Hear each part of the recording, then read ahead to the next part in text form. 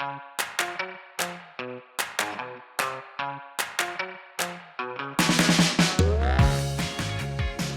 I'm Alvina Ling, And I'm Grace Lin. and we're book friends. Forever! We're childhood friends, Who grew up to be a children's book editor. and an author and illustrator. Yay! Welcome to Book Friends Forever. This is the Chop Suey Publishing News episode. As a reminder, once a month we'll have an odds and ends episode where we cover several topics. And check out our Instagram handle at bookfriendsforever_podcast. Alvina, how have you been? I've been good. The weather's been so nice in New York. It's really cooled down. It's been, just like kind of partly cloudy every day. So this weekend is really nice. I don't even remember what I did. I think I did. Steve and I walked in the Botanic Gardens in Brooklyn, and it was lovely, and had brunch. So, my friend Ashley was an intern at Little Brown when we were in Boston. So probably back in 2000. And so we had brunch. So we've known each other for 26 years, 25 years. We had brunch on Sundays. We hadn't seen each other probably since 2018 or so because she moved to Alaska. Oh, wow. Yeah, and I really want to go to Alaska someday. I just wasn't able to get there while she was living there. And then now she's moved back. She moved back in 2022. So, but it was really great to reconnect and see her. And other than that, it's really quiet in the office. I think I mentioned that last week that it was going to be quiet because everyone's on vacation. So I have been able to like very slowly plug away at my email and also read some submissions and get those off my desk. So been feeling kind of good and productive. So yeah. How about you? I'm a little stressed out. Okay. As I knew I was gonna, that's the problem about going on vacation for me. Like going on Yeah. vacation is great, but then I get back and there's just so much, and then I can see it like all pile up, and it piles up so fast. So I'm a little stressed out about getting everything done. So I'm working, like really working. And You then can do today, it. yeah, I hope so. Anyway, nobody else can do it, so which which is the problem.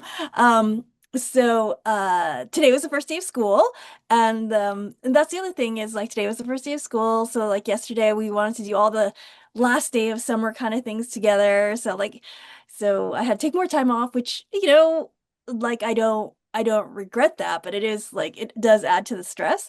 But we did all the fun things that we wanted to do. We went to go see the sunflower spiral again. We got ice cream, like all these things. Like the last day of summer, tomorrow's the first day of school. We have to like do it. Yeah.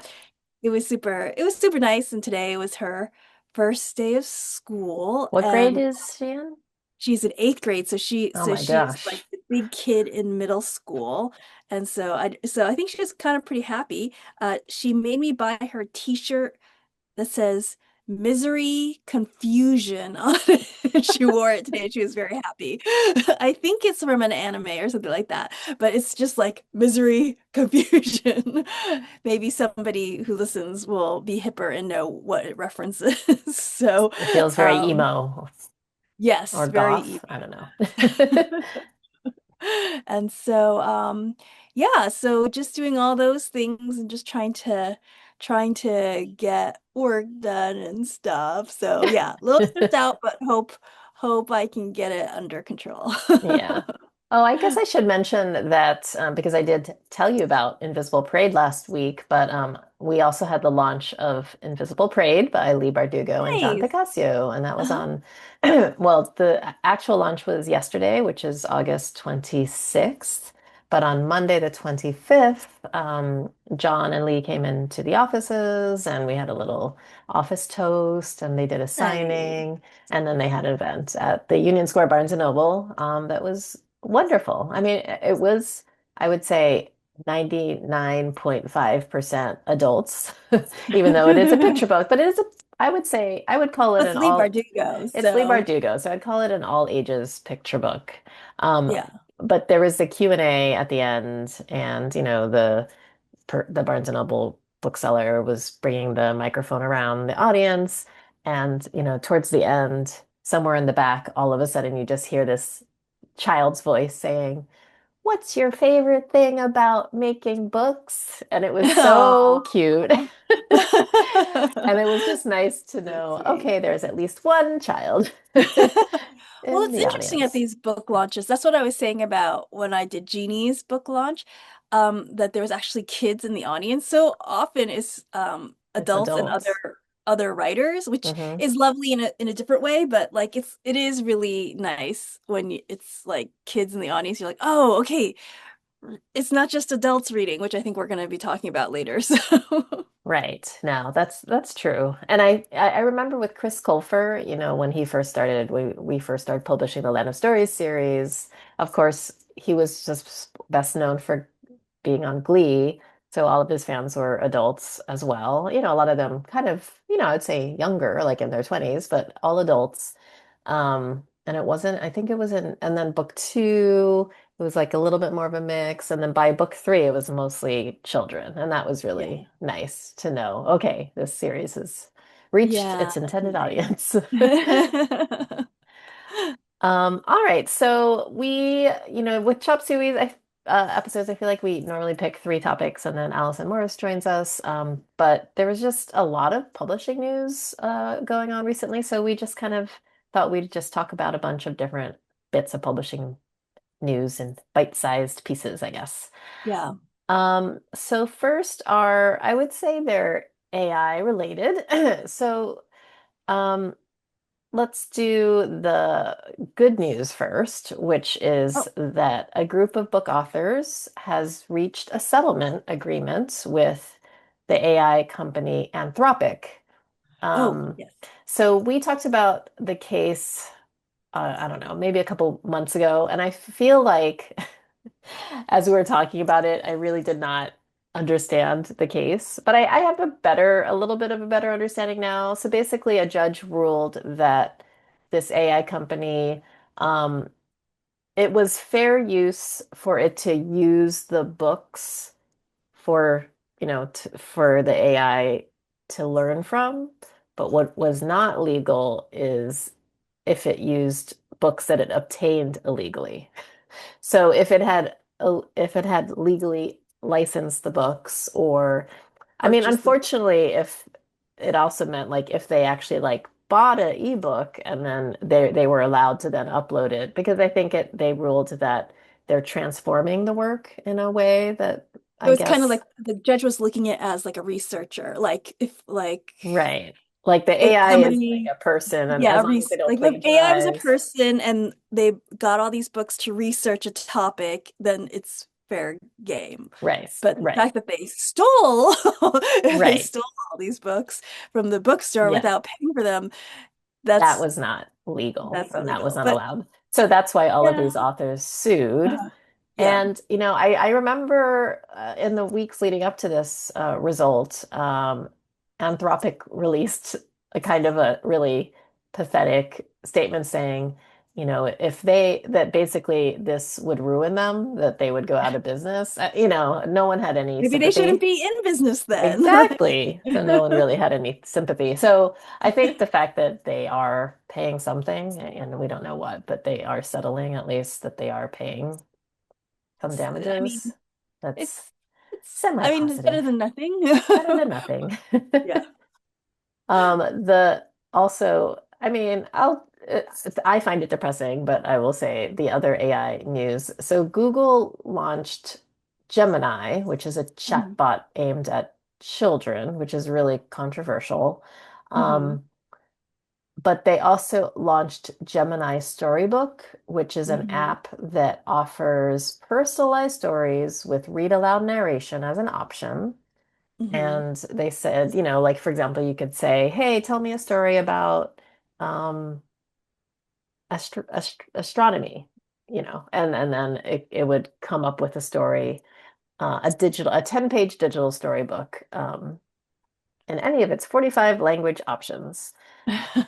Um, and this is controversial, I think for many reasons. I mean, also, it's not, I think this has the same issues of any AI right now in that not all the information is actually accurate. But it's also basically making children's books using AI. So of course we don't like that.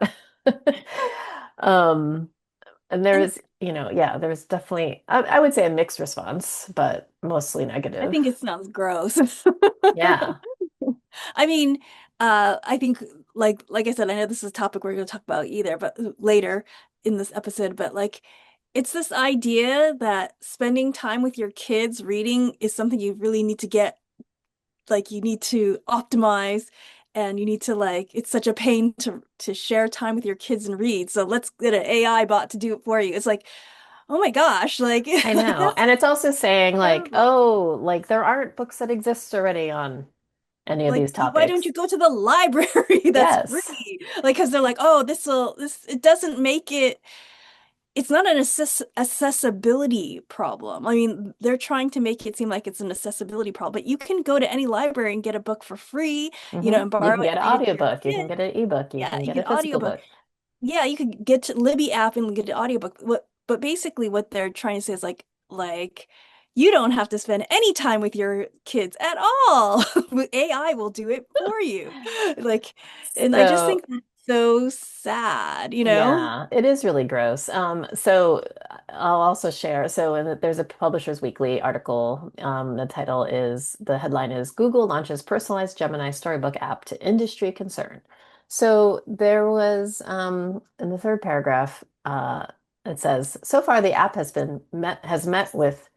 Oh, wait, no, sorry. The fourth paragraph. So Laura Holmes, who is a former Google product manager and founder of Wanderly, an interactive storytelling app, recounted her experience with the app, reporting that multiple inappropriate images containing nudity were generated by her prompts for stories featuring mermaids and aliens, and that the app made assumptions about a child's appearance, defaulting to fair-skinned children unless Of specifically course. instructed otherwise. Um, and then of greater concern to Holmes, though, is the app's, quote, uninformed and potentially harmful approach to child development. It said, um, if someone on my team had presented the storybook product to me, I would have said a couple of things. Do not launch it until you've reviewed it by a diverse group of parents and early childhood experts and had a chance to incorporate their feedback. If Google cared about this market, they would have thought about these problems before the launch. Um, Yeah, I guess that's what it is. It feels like they don't care about the market. It's like a money grab. Like this is easy. We can program this. And it is all this to me, it's like all this sad state of like where they're marketing to saying like parents don't bother reading to your kids. Parents don't bother trying to find good books with your kids. Don't bother sharing stories with your kids.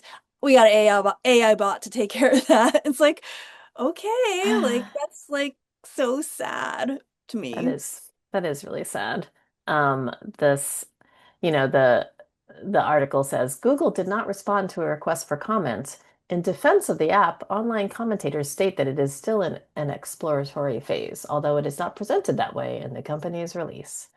So it's not, yeah. So Sarah Baker from SCBWI, she said, even if the app is labeled as an experiment, children aren't AI guinea pigs. I mean, they Yeah, shouldn't be true. testing this on children. So Yeah. I think it's fair Like, to why are say they that testing? Yeah, we are I don't know. against this. It's it is it's exactly what so many people have said about AI. It's like, sure, okay, fine, maybe AI is a powerful tool, but like, why are we using AI to do all the good stuff, like the human stuff that we need to like protect, like time with your kids, story writing, Right. art? Like, why can't AI come in and clean my bathroom? Like that's what I want Yeah. AI to do. Well, Come in, so clean my I will bathroom, say, come into my like yeah, I had two, gross I, garbage, I clean my had refrigerator. I had two experiences of AI in the last week. One is I had brunch with some friends, and one of my friends, and she had done this before, but she said, I use ChatGPT to tell me what I need to pay, when were sharing a bill, and it was three of us. So the first time she did this, I didn't really think about it, but then this time, for whatever reason, I decided to just check AI's work. And not only did it, so she took a photo of the receipt, she uploaded it, and she told ChatGPT that the two Why things can't she you just ordered. use a A calculator? calculator. Exactly. So then I used a calculator. I said, AI did not even add the two items correctly. And then they didn't include, she said, oh, that includes tip and tax. And it didn't include tip and tax. So it got it completely wrong. So that was concerning. Um, But see, no offense to your friend, but it's no, so weird. Like, what? That's not that much. Seems to me more time taking a right. photo, uploading. Like, why not just punch the numbers in a calculator and it's just as much time, if not less, like, Yeah. so that's what I don't understand. And also much less resources in terms of like the environmental impact. Yeah. Uh, No. but Yeah. sorry, keep going.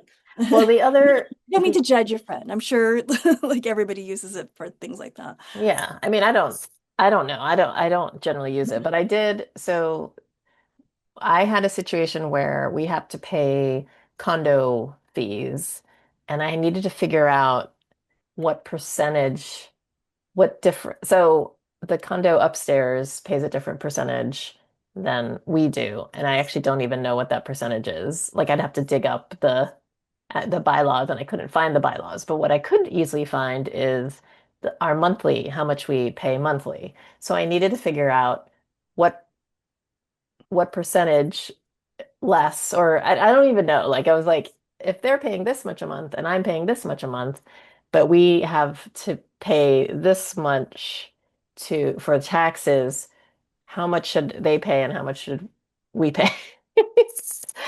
And so I was trying to figure it out and using the calculator. And then Steven said, this is the type of thing I would ask ChatGPT to do. So we did, and it worked. And I sent it to my neighbors and I said, we use ChatGPT. I don't know, double check your math. And then he said, that is correct.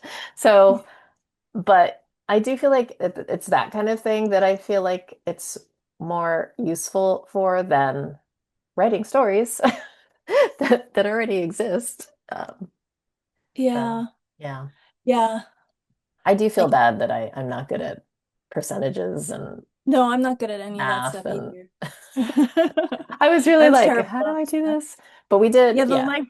my terrible thing is proportions because I always like I'll do the sketch and then I Ah, want to make it like 30 inches wide, but I don't know what the proportion. So I still do, I don't I used to try to do the math and now I just put it in Photoshop and I just like make it whatever and print it out whatever like and just keep the proportions the yeah, same. So, I mean, in a way, I guess it's not Chat GPT, but it is using somebody else using computer brain. yeah. But I mean, that's the kind of thing that, yeah, it's like cleaning your toilet or figuring out proportions or percentages. I don't know. Like that should be Yeah. what, if we are using it, what we should be Yes. using it for. Yes, please come clean out my refrigerator, AI. I would really love that. All right. So the next pieces of news are somewhat related. More bad news. So Yay! yeah. So this is from Publishers Weekly. NEA's Creative Writing Fellowship Program canceled. Yeah. So this is the National Endowment for the Arts, and they have a creative writing fellowship, and people who had applied received an email saying that the program had been canceled. The annual program had to date offered grants of up to $50,000 in fiction, creative nonfiction, and poetry to published writers. Um, so it's really sad. And I it is, mean, everything in the arts is yes, as we getting have talked walloped. about. Yeah. I think just recently I talked to School Library Journal because they wanted to talk to me about the Kennedy Center thing where because Chinese menu is now officially canceled and not in development there. And I was like, I can't I don't like the it could in the email they sent me, it's like we're the Kennedy Center is undergoing big changes and has budgetary concerns, and so that's why we have to like, I'm like, I don't know, that, I mean, I think that's true. I mean, but that there's so much that can be covered under those two things, and it's Yeah. just as sad. Well, so it says the move marks the Trump administration's latest round of cuts to the NEA. In May, Yeah. $1.2 million in grants awarded to 51 independent publishers and literary organizations were canceled, also under the guise of new grant-making policies, prioritizing projects that, quote, celebrate the 250th anniversary of American independence or foster AI competency and, quote, make America healthy again. Oh wait, is this the one where they were saying all the proposals had to be about America? Like, I mean, I guess that's what they're prioritizing. Um, yeah. and it said, yeah, the National for the Humanities similarly terminated 1,400 research grants to scholars and authors in April.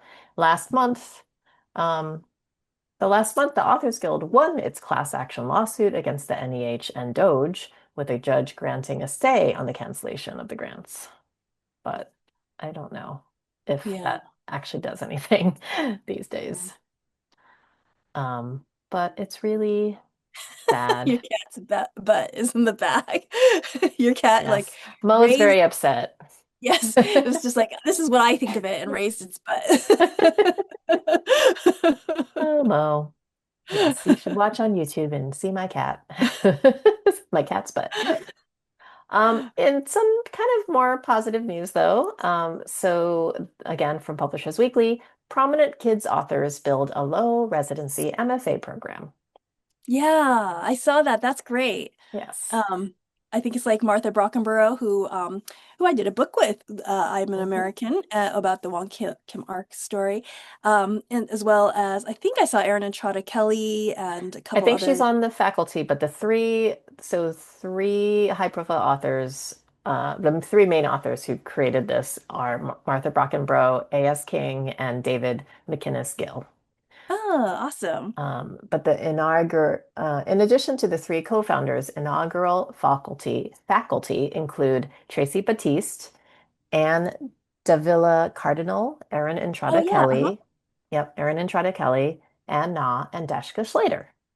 awesome. Additional faculty coming on board in the future.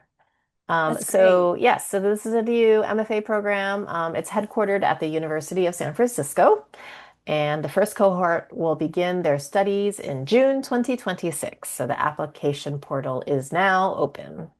Yeah, I think that I'm not sure, but I think the Vermont program, which was really well established and really well admired, I think that one fell apart because of something that happened with the university. So it's really nice that they've been able to start a new program in San Francisco, which is a nicer location anyway, honestly, than at least in the winter. No, Vermont's so beautiful in the summer. But Well, yes, San Francisco is yes, but in the fine winter. year round. Because Um, I remember I lectured at Vermont a long, long, long, long time ago, and it was the winter, and I was thinking like, this is very cold. yes. I think the main MFAs, the low residency ones, are Mhm. well, it does say Vermont College of Fine Arts. I also remember hearing that it kind of fell apart, but maybe it still Yeah, exists, but not in a great way. not in the way that Um, it used to, yeah, maybe. the Hamline University one, which I spoke at one, I also spoke at Yeah, the I heard Vermont great College things about one. that one too. Yeah, it's really good. And then Leslie University also has Yes. one. Leslie University, is that in Boston? Hmm. Yeah, okay. Not in I always confuse it with college in Oakland, I think. All right, so well that's positive. And I don't know, maybe I'll be a speaker at that in the future. Who knows? Yay. All right, the next piece of news, and this is really late breaking this week, is that the Simon and Schuster CEO, Jonathan Karp, announced that he would be stepping down. Um, he has been, so he became CEO when the previous CEO actually died really tragically in 2020. Um, and Caroline Reedy. So she Mhm. died in a heart attack from a heart attack during the pandemic. So he became CEO. So he's been the CEO for 5 years. He said he will remain at Simon and Schuster and will launch a new imprint called Simon Six, which will Yes. publish six carefully curated Six books a title. year. Yeah, I thought that was so interesting because that was I didn't realize he was the person who started 12 at Hmm. Hachette, which was supposed to be 12 books a year. And so he's keeping that same idea and bringing it there, Yes, which I think is so fascinating. I know, and doing even fewer, which I Yeah, think is well, great. yeah, I kind of when we were talking about doing our own imprint a long time ago, I was like, oh, like that's kind of a cool idea, like Mhm. just 6 books, like and putting all your energy into just those 6 books, or those 12 books at that point. And I was like, that could have been us. I mean, I think it's best that it we could didn't, still be but us if don't we worry. wanted to. Don't worry, I Um, don't have regrets, but I was just thinking like it was a cool idea. yeah. So he has a quote. So there's a New York Times article about it. Simon and Schuster leader to step down.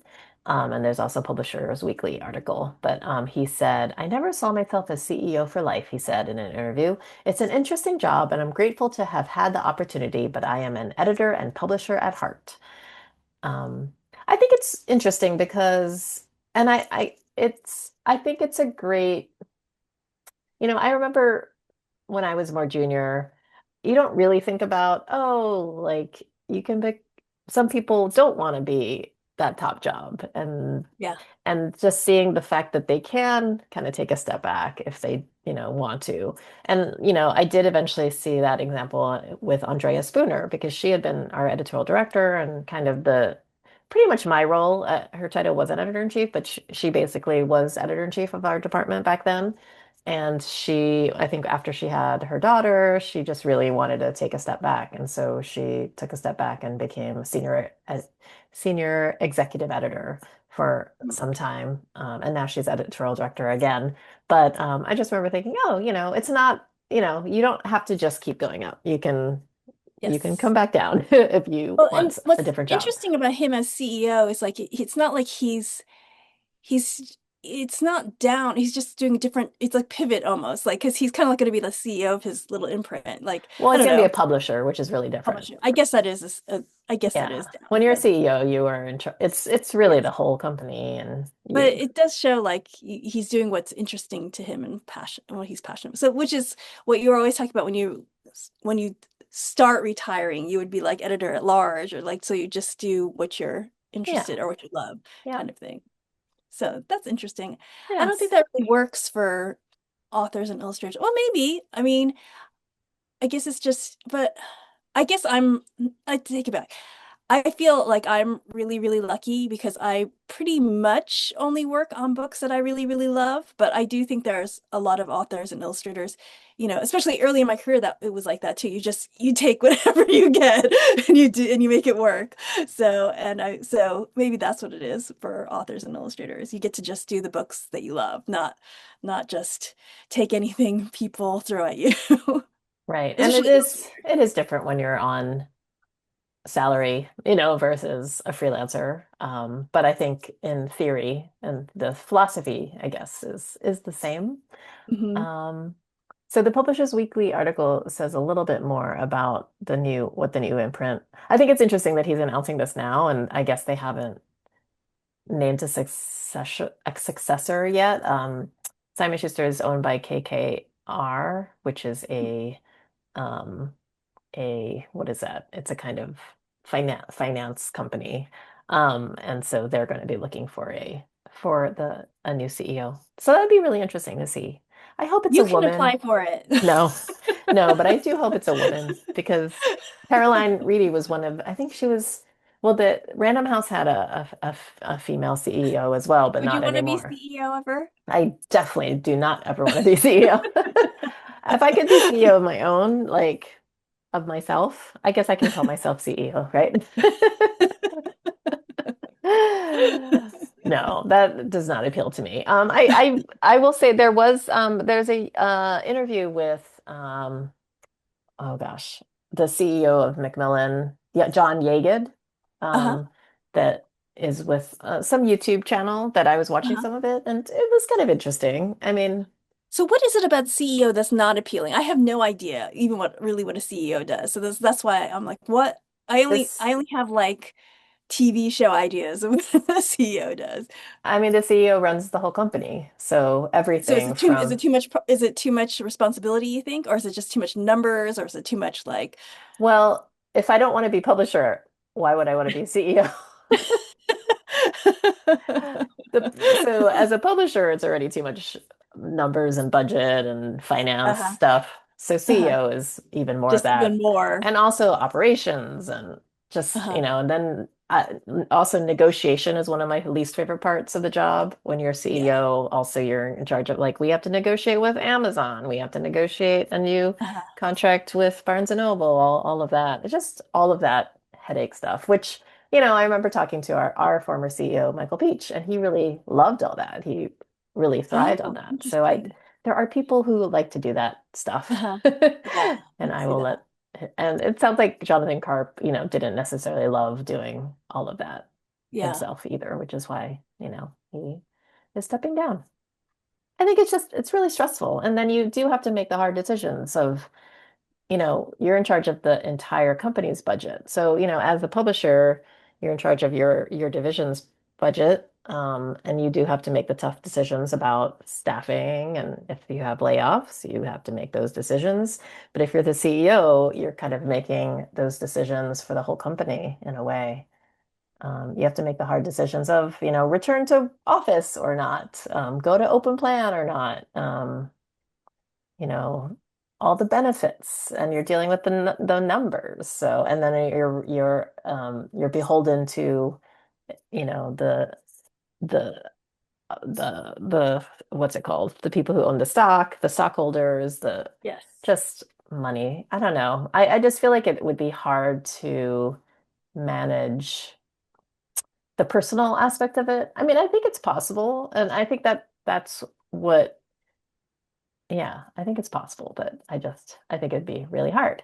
And here is Alison Hi, Morris, Allison. Hi, hi, children's book hi. specialist, joining us. Yay. I think we Perfect. should talk with the last topic with Allison because it's so depressing and she'll bring us up.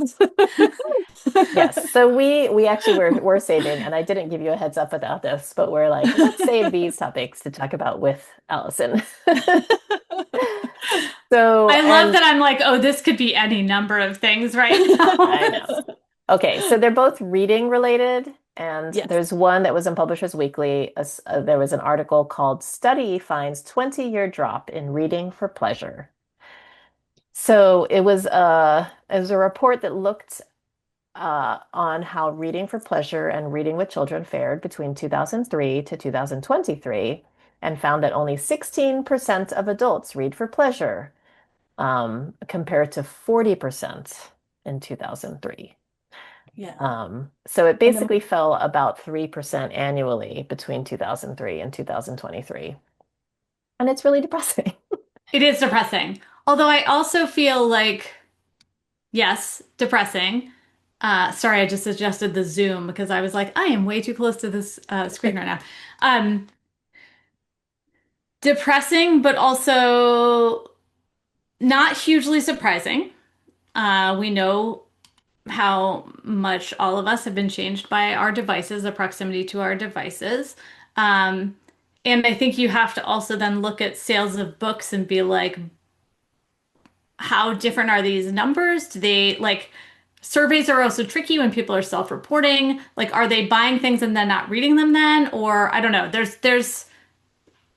I haven't seen enough sort of big picture looks from people in the Mhm. book industry, and I haven't read this specific article from PW. Um, but I still want to know more. I also Yeah. think that, yeah, certainly there have been shifts in kids reading Well, preferences and tendencies, as we also know from middle grade mhm. changes and so on. And yeah, I don't know. I want, Well, so that yeah, is true changes in that, schooling and education. There's all sorts of things happening right now that are yeah. all at once. I don't think book So, sales have gone down. Like if I think if we looked at book sales, they probably haven't gone down. right. They probably have actually, I think they have probably gone up. But So so what is that then, though? I Right? know. So Like it's people buying the books and not reading them. maybe. Well, so or I people don't who know. are I don't reading know. more. So they did say that Yeah, okay. that people did said of the one so okay, yes, it's a very limited study. So Okay, okay, good. I was they like, based it on responses from 236,270 individuals who okay, completed the Americans Time Use Survey. Um, okay. so of that amount, there were 1,747 participants who did read for pleasure, and they spent an average of reading 1 hour and 37 minutes, which was up from 1 hour and 23 minutes. So it's um, The 14, granularity of 14 the minutes up from since 2003. So I guess people who are reading longer. So maybe they are reading more books. I know I do wonder because another change in that time probably is how much audiobooks use have has increased. So Yes. I do feel like people are reading more, more and Yeah, faster. and I would be curious. I would guess that that wasn't included. They were probably talking about physical, like the act of reading with your eyes. Do we know? I wonder because maybe they Yeah, didn't specify, and I could see some people, like I think those of us who work in the book industry do consider audiobooks as yeah, reading, but I could see maybe someone taking a survey, not necessarily right. Yeah. stating I don't know. that. I'd just be curious. Yeah. Well, the other related Either way, article, obviously, I do want people to be reading. So I'm not like, hooray, a survey showed they're not. But and I don't know. I also, but you're not, you're like the sky isn't falling. well, I just like give me more data is what I would say. Like, show me Yeah. more things. Yeah. And also look at it differently in terms of different age brackets or different, phases of life and how has that changed within that stage of life over time. Yeah. Um, so The other yeah. article, and this is Grace, you had shared this with me. This was published in May, but the article, it was in Parents Magazine, and it says Gen Z parents don't want to read to their kids, new study shows. Yes, and it's saying how new parents no longer enjoy reading aloud to their kids. They find it a chore and boring. So it Just was so so, sad. so sad.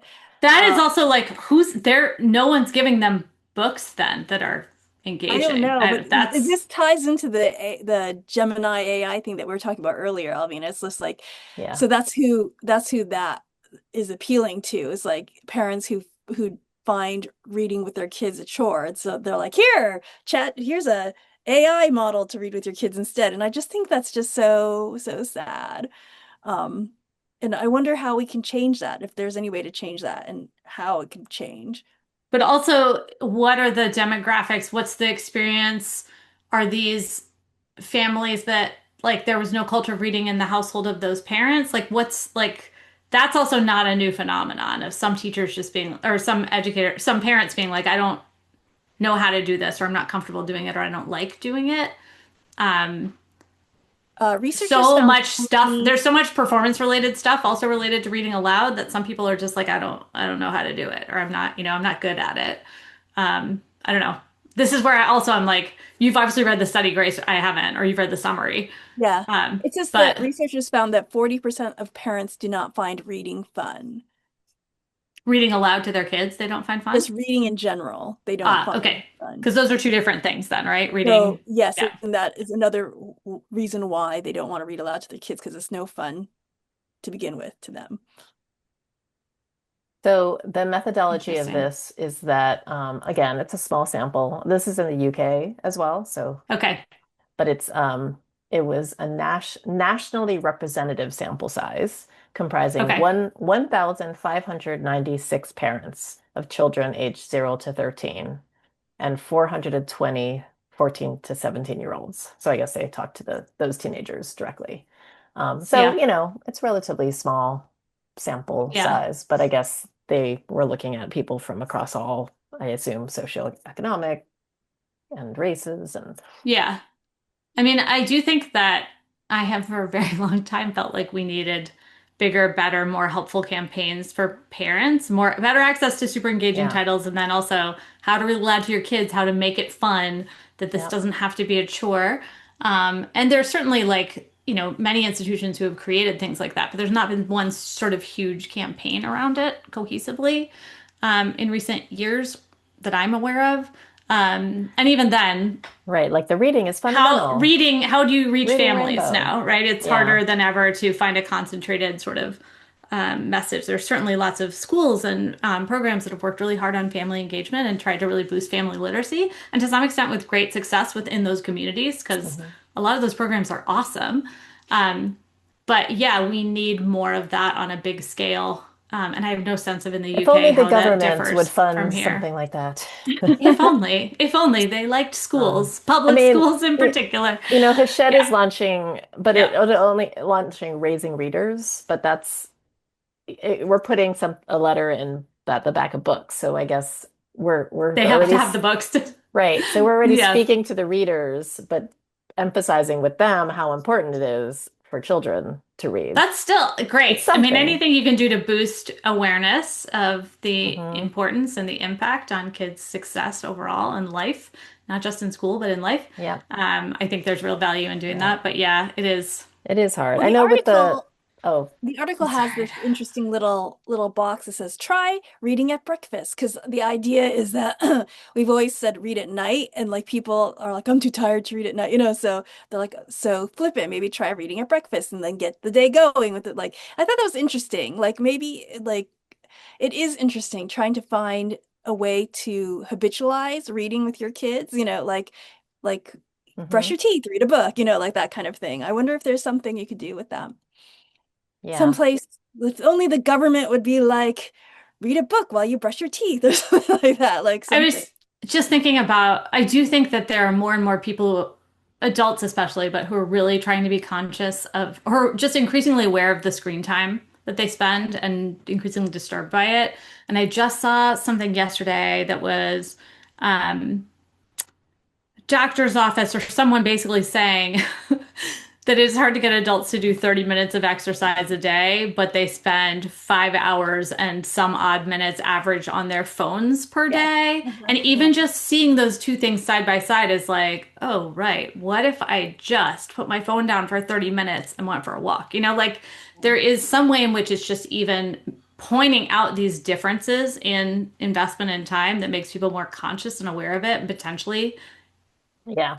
increases habit change. I don't know.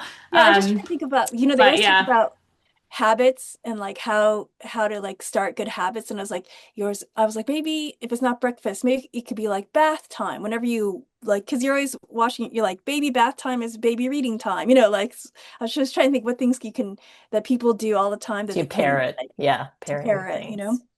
So that we could like sell like reading while taking a bath, read, things like that.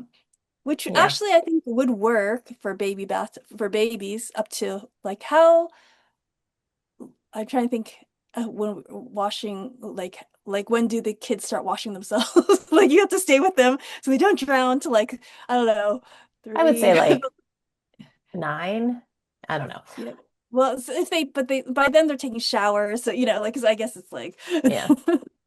but maybe, Well, maybe I think we have to think we all about have to play our part, we have to think about but making if the waterproof adults clothes. aren't reading, then of course they're not also reading to their Yeah. kids. So, or Yeah. the kids aren't yeah, seeing that reading is cool. So it is kind of a, yeah. Well, yeah, and I do think that there are parents who read aloud to their kids at bedtime, but who don't read for pleasure on their own because right. Yeah. they don't make the time or find the time, or Hmm. yeah, it was just never part of their lives. There's whole generations that, I mean, Yeah. not whole generations, but there are, large percentages of people who just never found that right book or never had it put into their hands, and like just it's not a thing that they've found for pleasure. And a lot of them would say they do read. They just read a lot of articles, magazines, more online magazines though than Hmm. magazines also less so. Yeah. Website content, other things. Instagram posts. Yeah, Yeah. exactly. Short form content. But Well, yeah. this is something that the CBC, the Children's Book Council, we're also focusing on it. So, um, yeah. So it's something All that we're right. all So trying to Please solve it, Alvina. Please solve all of the literacy problems that we have in this country. That would So be I great. know Alvina, I think, has a hard stop, so we should quickly get to as many books as we can, Allison. Okay. That you can All right. recommend. So we can Yes. I will change. go fast. What time is your hard stop, Alvina? 6:15-ish. Okay, great. Okay, I It's will not go hard. fast. By 6:20, 6:15, It's 6:20. okay. Okay. Yeah. Okay. All right. So we just talked about the fact that audiobooks are reading, everyone. They are a Yes. form of reading. You're taking in content. It has all kinds of value and also they're really fun. And you can listen to audiobooks while you're doing other things. I don't know why I'm saying this. Everyone, listeners of this podcast, they know that. Especially if they're listening to this podcast while doing other things. They know audio Yes. works this way. Anyway, okay, so I have been just going back and doing a bunch of books on audio that I have wanted to experience this year in one form or another, read this year. I have somehow wound up listening to several in a row that also are getting early awards buzz. We never know. It's still very early. And we never know until the big day in January. But regardless, I'm just going to go through several. And I'm going to lead off with one that I know Alvina will be very familiar with, which is Will's Race for Home by Jewel Parker Rhodes. Yay. Right I there on the very shelf. much enjoyed. It's great, great book. It's also very quick read, quick listen. It is the very compelling story of a son and his father who leave Texas during the land rush of 1889. They are headed to Oklahoma and they are leaving behind Will's mother and grandfather on the farm where they have been sharecropping for many years. And along the way, they face a number of challenges, sort of the most unique to some extent of which in terms of westward expansion stories, what's more unique is that in this case, they encounter a lot of racist settlers who want to prevent them from reaching their goal. And there's a lot also about just sort of the entrenched attitudes that are still alive 25 years after the quote unquote end of the US Civil War and the Emancipation Proclamation. And I found it to just be a really taut, I don't want to say thriller exactly, but it's a very compelling, Hmm. quickly paced read. And I really appreciated watching Will sort of come to appreciate the different qualities of the men in his life. There's a lot, I think, to talk about in terms of role models from this story. And talk about the racism this family encountered, which is often not present in white westward expansion stories for obvious reasons. And I will also just call out one of the key themes in this book, I feel like, is also the sort of damage and the danger of keeping secrets, and also keeping secrets, holding on to shame, and also the extent to which adults often don't believe that kids can handle hard truths, because there's a lot of stuff that this kid learns over the course of this journey that he's been ready for, and no one thought that he was. So that is Will's Race for Home by Jewel Parker Rhodes. And this sort of theme of adults not sharing hard truths with kids is also prevalent in the book The Trouble with Heroes by Kate Mester, which I listened to right after Will's Race for Home. And I was just incredibly taken with. I just think schools are just going to, both of them, they're just going to grab up and like instantly weave into the curriculum. Trouble with Heroes is also very compelling, incredibly emotionally complex. It's a novel in verse about a kid named Finn Connolly. It's in verse and it has many different poetry styles, I'll also say. And Finn has grown up hearing all over and over again for his whole life. He's just finishing seventh grade. He's grown up hearing that his dad was a hero because he saved lives on 9/11 as a firefighter at Ground Zero. And there's a famous photo of his father carrying a woman out of a building that also plays into the story and is sort of this iconic, image of his dad that everyone around this kid holds up as being sort of the definition of his father. And Finn, though, is struggling. His dad died 2 years prior to the events in the book, and he has a lot of pent up grief and anger. And that anger bubbles over one day when he winds up kicking a headstone in a graveyard in the small Vermont town where he and his mom are living. It's the town where his dad grew up. And he's caught on video camera he's caught on video and they know he's committed a crime. And it turns out that the headstone he kicked over was the headstone of a woman who was one of the first women to summit all of the 46 Adirondack high peaks. And her daughter very graciously sort of offers that in lieu of Finn going to juvenile detention center, that instead she will sort of wipe his record clean if he agrees to hike all 46 Adirondack peaks that summer, the same ones that her mom had hiked, with her mother's dog, and also with volunteers who are part of the 46ers group who've done the same summiting. And so Finn is doesn't want to do this, but also understands that this is the better of two options for him. And he sort of leans in eventually, and sees it as penance and escape from his own house, a personal challenge in time. And then over time, it also comes to be, as you, the reader, would predict, the therapy that Finn doesn't know that he's needed. Um, there's really heavy themes in this book, but I think Kate has handled them in a way that feels authentic to the story, authentic to the character. And I felt like the novel never bowed under the weight of those themes. And I was incredibly impressed that she was able to pull that off.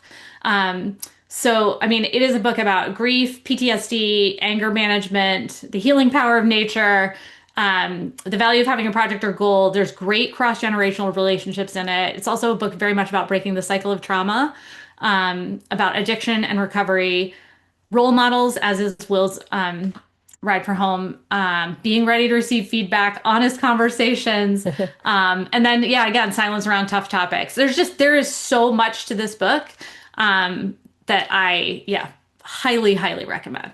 It's terrific. It's terrific. It's terrific. So Awesome. especially if you're an educator in sort of upper elementary, middle school, totally pick up a copy of this book because it's amazing. And also if you're doing a Westward Yay. expansion unit, pick up a copy of Will's Race for Home. Also, just pick it up to read anyway because it's also great. So also on this topic of silence around hard topics, I'm going to jump back in time for a second and say that I went back and listened to one of last year's Newbery Honor recipients that I hadn't read before, which was Magnolia Wu Unfolds It Aw. All by Chanel Miller. I Yay. Oh my love gosh, that. you guys, it was so I good. know, it's It was so sweet. so good. And the audiobook was great. It is a Does younger she read the treatment of this audiobook? topic. She does read the audiobook, yeah. Okay. Oh, nice. She did a really nice job, I thought. It touches on the topic of adults not trusting kids with tough topics, so in a much lighter way, because it's a younger middle grade book for sure. But I had written down earlier, charm my socks off, and that was an unintentional pun because the book is about two girls, two Asian American girls in New York City who set out on this um, mission to reunite loose socks with their owners. So the leftover single socks that have been lost in this laundromat, they decide to find out who they each belong to. And it is the laundromat owned by Magnolia's parents. And it is just an incredibly rich story of kindness and community and of standing up for yourself. Definitely touches on, challenging themes of racism and but it does it in a really age appropriate way for younger Yeah, middle grade. So I agree. I loved it. I loved it. I was like, yep, totally well done, committee. Totally worthy of that Newbery Honor. So And the anyway, so that physical was my book jump back in has time. great art as well by Yes. Chanel. So that is another theme of this next month I was going to recommend is that I have been reading things because I'm listening on audio. I haven't seen the art in a lot of these books. So the other, going back to this year's publications, The Undead Fox of Deadwood Forest by Aubrey Hartman. Oh Also my a little brown book, gosh. not mine, but Yay. True. yes. Also a little brown book. Yes. I truly think this is one of the best audiobook performances I've ever heard. Oh, wow. It is so good on audio, and the construction of this novel is just a thing of beauty.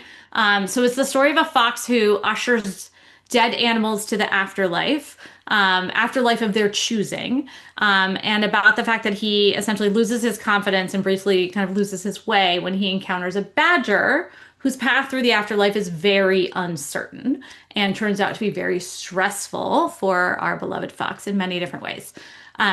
I felt like reading this book like I was in the hands of a very skilled writer who knew exactly where she wanted me to be in time and place every single step of the way and was confidently able to carry me along for the ride.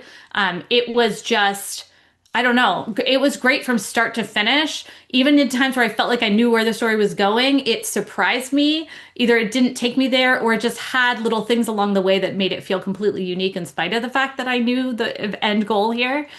So I loved it. I thought it was exquisitely crafted. I thought it was emotionally resonant. It is an incredible book for anyone who is sitting with grief or going through grief, as has been true for me for this year after losing my mom. I kept exclaiming aloud to my husband, "This book is so good, so good." He was not listening. I had it in my headphones. I just kept saying it. So yeah, it packed a wallop for me. I thought it was amazing. I felt really hard for the characters.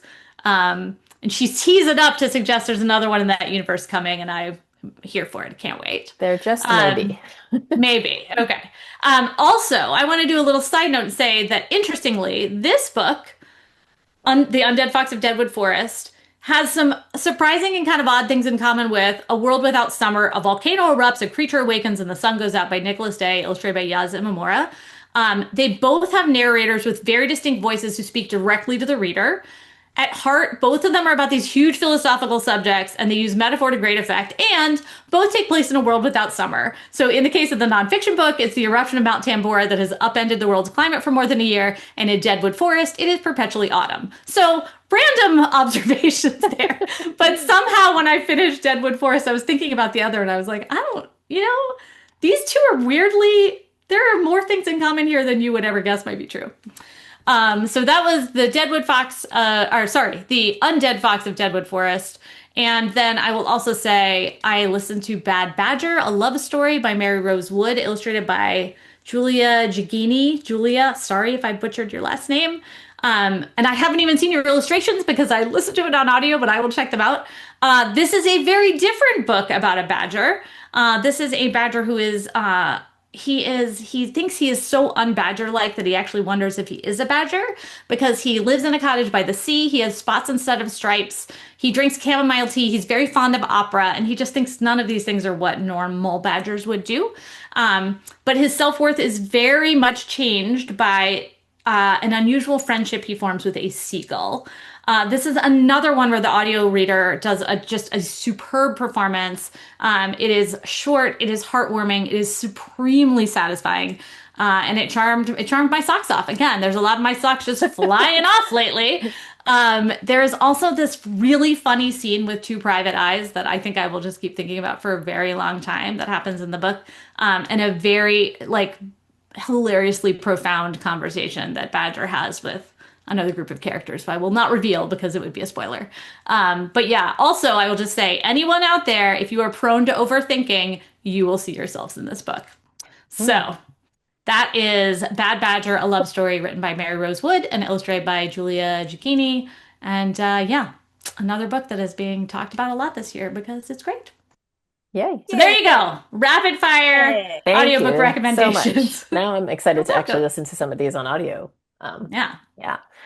great. All right. So now we'll end as we always do with what we're grateful for. So I'll start this week. I'll just say I'm grateful for Taiwanese food because there is a new Taiwanese restaurant that moved. It used to be in Bushwick, which is a part of Brooklyn that's actually pretty far away. So not within walking distance, really. But it's called Formosa, and they opened a new location in Prospect Heights, which is like a 15-minute walk away. And we tried it this weekend, and it's so good. And I'm very, very excited because I kind of live in a East Asian food desert a little bit. There are some places you can order from, but I'm excited that we're starting to get some more great restaurants coming in to our neighborhood. It's Uh, always good when you can just add another favorite to your mix. yes, for Yes, sure. it's good. Grace, Good, what are good. you grateful for? Let's see. You were one of the things I feel like I should say that I'm grateful for is a couple weeks ago, you told me recently, but you told me that a couple weeks ago, the Year of the Dog hit the USA Today bestseller list at 130. And that's was so surprising to me because the Year of the Dog came out in 2006 and it never hit any list ever until now, 20 almost 20 years later. So I was like, wow, that's really kind of amazing. We really none of us really know why it did. Do Mm, we? Do you know? I don't know. I meant to ask someone in sales, but yes, I do not know. But Great. the reason why I bring it up is because I wanted to let other authors and illustrators know, you just never know in publishing, you just never know. 18, 19 years later, your book can hit a bestseller list and for no reason whatsoever that you know of. And so you have to stay on the bus and keep going. So that's one thing I wanted to share and that I'm very grateful for. And the other thing I'm really grateful for is that it was a really nice summer as I look back. We had a really nice summer. Since today's the first day of school, I kind of feel like the summer is over.